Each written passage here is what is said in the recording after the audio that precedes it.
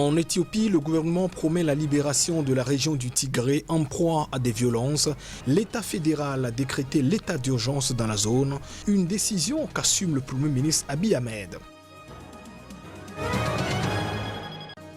En Côte d'Ivoire, le décompte des morts se poursuit après la présidentielle contestée.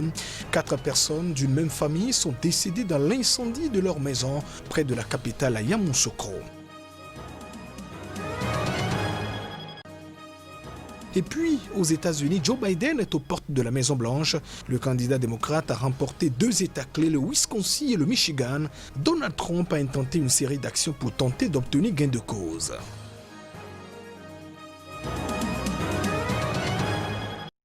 Voilà pour le sommaire de ce journal. Bienvenue dans cette édition. Le ministre d'État auprès du ministère éthiopien des Affaires étrangères affirme que le gouvernement central doit faire respecter la Constitution et libérer le peuple tigré. L'Éthiopie a déclaré l'état d'urgence dans la région du nord-est du pays après que le Premier ministre Abiy Ahmed a donc déclaré qu'il avait ordonné une réponse militaire à une attaque meurtrière contre un camp de l'armée fédérale par le parti au pouvoir local. Les détails. La tension est montée d'un cran ces derniers jours entre le gouvernement fédéral d'Addis Abeba et le gouvernement régional du Tigré qui ne reconnaît plus l'autorité de l'État fédéral depuis le report des élections nationales prévues en août. Le Front de libération du peuple du Tigré, le parti au pouvoir de cette région d'Éthiopie, a attaqué un camp militaire fédéral dans le Tigré, a accusé Abiy Ahmed dans un texte posté en pleine nuit sur Facebook et sur Twitter. Le Conseil des ministres du gouvernement fédéral a décrété mercredi l'état d'urgence pour 6 mois dans la région du Tigré, estimant que la situation a atteint un niveau tel qu'elle ne peut plus être empêchée ou contrôlée via les mécanismes habituels de maintien de l'ordre. On ignore encore quelle modalité prendra cet état d'urgence ou la nature concrète de la réponse militaire fédérale. Dans une adresse télévisée tôt mercredi matin, Abiy a précisé que des forces déloyales s'étaient retournées contre l'armée à Mekele, capitale du Tigré, et à Dansha, une ville de l'ouest de la région. L'attaque a fait de nombreux morts, des blessés et des dégâts matériels, a indiqué le Premier ministre. Le bureau du Premier ministre a accusé le TPLF d'avoir habillé ses soldats avec des uniformes semblables à ceux de l'armée érythréenne afin d'impliquer le gouvernement érythréen dans les fausses revendications d'agression contre le peuple du Tigré. Dans un communiqué diffusé sur les médias régionaux, le gouvernement du Tigré a déclaré que les gradés et les soldats dépendants du commandement nord de l'armée éthiopienne basé à Mekele ont décidé d'être aux côtés du peuple du Tigré et du gouvernement régional. 4 personnes d'une même famille sont décédées dans l'incendie de leur maison lors des violences à Trouble à Toumoudi. Nous sommes en Côte d'Ivoire, près de la capitale politique Yamoussoukro, c'est au centre.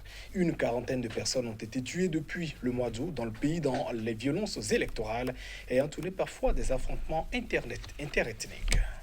Cette cour, c'est ce qui a eu des morts. La mère, 2 de ses enfants, plus sa belle, dans cette cour. Et il y avait un jeune qui est là, quand il s'est échappé, ils ont tiré sur lui. Les gens ont mis le feu à cette maison où il y avait une vieille femme de 83-84 ans avec son fils, sa fille et sa belle-sœur, sa belle-fille. Ceux qui nous reprochaient disent que ici, ils ne sont pas sortis pour voter. Parce que premièrement, ils sont arrivés à l'école La Paix, qui était un centre de vote. Il n'y avait pas d'hommes sortis pour aller voter. Donc eux, ils étaient venus, ils disent qu'ils sont venus pour sécuriser. C'est là les jeunes du quartier leur ont dit, ici c'est notre quartier, c'est notre village. Retournez dans votre quartier, vous allez vous voter. C'est comme ça que la bagarre a commencé. Au Soudan, les avocats de la défense rejettent l'autorité du procureur général dans le procès de l'ex-président du pays Omar el-Béchi, jugé pour son rôle dans le coup d'État qu'il a donc porté au pouvoir en 1989. La plupart des avocats protestent contre la partialité du procureur général car celui-ci avait déposé plusieurs plaintes contre leurs clients. À une précédente audience, début octobre, le procureur avait énoncé les chefs d'accusation, parmi lesquels la mise en danger du régime constitutionnel et recours à l'armée pour commettre un crime. La plupart des avocats avaient alors quitté la salle pour protester contre, selon eux, la partialité du procureur général, car celui-ci a déposé plusieurs plaintes contre leur client lorsqu'il était encore avocat avant de prendre son poste en octobre 2019. Selon la loi, il n'a pas le droit d'être procureur et de présenter ce communiqué, étant donné le manque d'impartialité, d'intégrité et de droiture de l'accusation. Il s'agit d'une représentation de la société et de l'État. Le procureur général, Nagel Sir Al-Er, est un plaignant et dispose d'un droit spécial. Il aurait donc été préférable qu'il démissionne de ce poste et laisse la place à une autre personne, mais puisqu'il préside l'accusation, il n'aurait pas dû présenter ce communiqué. Ce qui a été mentionné dans ce communiqué sont de pures allégations. Omar El-Béchir a été destitué et arrêté par l'armée en avril 2019 après plusieurs mois de révolte populaire et est actuellement détenu à Khartoum.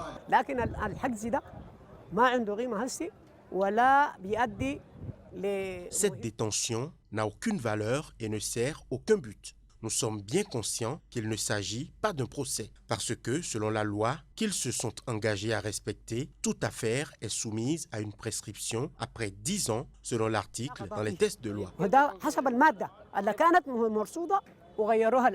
Dans un autre procès, il a été condamné à 2 ans de prison pour corruption en décembre 2019.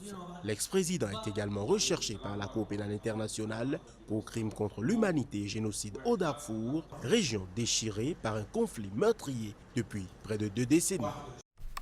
Au Cameroun, 6 à 11 enseignants ont été enlevés ce mardi dans une nouvelle attaque d'une école dans les zones anglophones du pays. Une zone en proie depuis près de 4 ans à un sanglant conflit entre rebelles séparatistes et les forces de sécurité.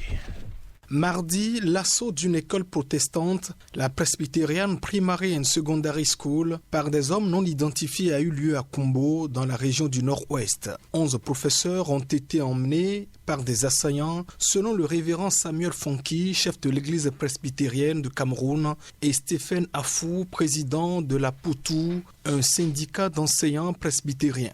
Mais un responsable des autorités locales, sous couvert de l'anonymat, a assuré que seulement 6 enseignants étaient portés disparus en soirée. Ce nouveau drame survient 10 jours après le meurtre de 7 écoliers dans une école par des hommes armés, une tuerie attribuée par Yaoundé aux groupes armés sécessionnistes anglophones. L'attaque n'avait pas été revendiquée, mais le gouvernement avait affirmé que l'objectif des séparatistes est de dissuader les parents d'envoyer leurs enfants à l'école.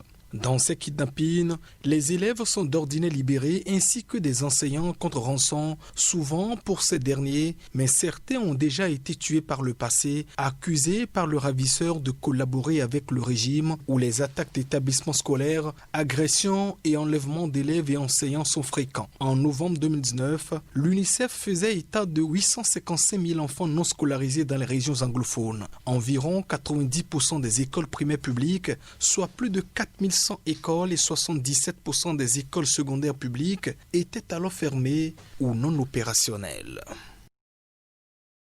En Tunisie, le chef du gouvernement, Hichem Mechichi, annonce que le déficit budgétaire atteindrait un niveau record en 2020 à environ 14% du produit intérieur brut, appelant donc la Banque centrale à le financer pour limiter la crise actuelle dans le pays. Le Fonds monétaire international a déjà dit s'attendre à un recul historique du produit intérieur brut en Tunisie, à moins 7% en 2020, en raison notamment des conséquences de la pandémie de Covid-19. Cette situation est aussi le résultat du cumul de plusieurs années d'instabilité économique, sociale et politique, a estimé Mechichi. Depuis la révolution de 2011, 9 gouvernements se sont succédés, entravant l'adoption de réformes de fonds pour relancer une économie en difficulté. Le déficit budgétaire en 2020 atteindra 14% du produit intérieur brut et il n'est possible de réduire ce taux que de 2 points seulement en reportant le remboursement des dettes, a indiqué Mechichi.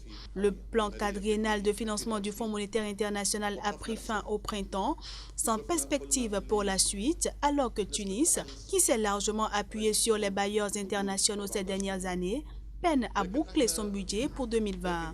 Pour Meshishi, la solution est que la Banque centrale, qui est consciente de son rôle pour limiter cette crise actuelle, participe à financer ce déficit.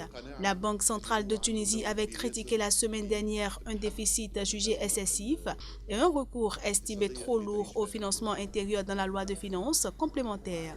Il est nécessaire de retourner au travail, a martelé Meshishi, ajoutant qu'il n'est plus acceptable de permettre les protestations qui bloquent des routes et qui entravent l'exploitation des richesses du pays comme le pétrole et le phosphate. La Tunisie, l'un des principaux producteurs de phosphate au monde, a dû en importer cette année en raison de mouvements sociaux similaires selon des médias locaux. Aux États-Unis, le candidat démocrate Joe Biden s'est rapproché sur le encore un peu plus de la Maison-Blanche après des victoires précieuses dans 2 États face donc à Donald Trump qui s'est donc engagé de son côté à une véritable guérilla judiciaire. Avec le Wisconsin et le Michigan en poche, 2e et 3e État repris donc à Donald Trump avec l'Arizona, Joe Biden dispose désormais de 264 grands électeurs. S'il remportait le Nevada qui compte 6 grands électeurs, la Géorgie 16 et puis la Pennsylvanie 20, il atteindrait le nombre magnifique de 270 pour devenir le 46e président des États-Unis. En Pennsylvanie, Donald Trump, lui, avait mercredi plus de 160 000 voix d'avance au total, mais son avance fondait rapidement au fur et à mesure de la prise en compte des bulletins envoyés par courrier. Ceux déjà comptés étaient donc à majorité pour Joe Biden. Et pour la première fois depuis 2000, les Américains ne connaissent toujours pas le nom de leur prochain président au lendemain du scrutin. Je suis venu donc pour vous dire que quand le dépouillement sera terminé, nous pensons que nous allons donc gagner, avait donc déclaré Joe Biden ce mercredi lors d'une brève allocution dans son fief, le Wilmington dans le Delaware. Mesdames et messieurs, ainsi se referme cette édition. Merci de votre attention. Au revoir.